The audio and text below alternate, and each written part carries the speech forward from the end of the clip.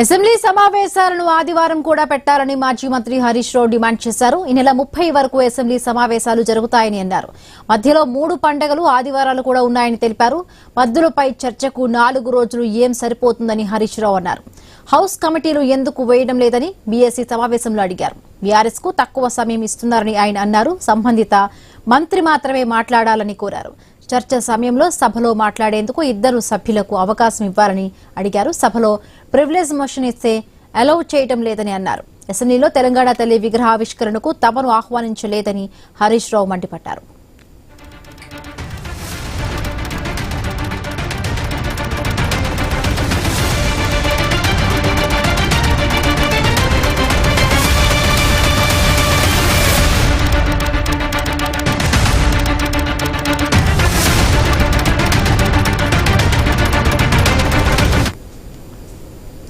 ఈ నెల 30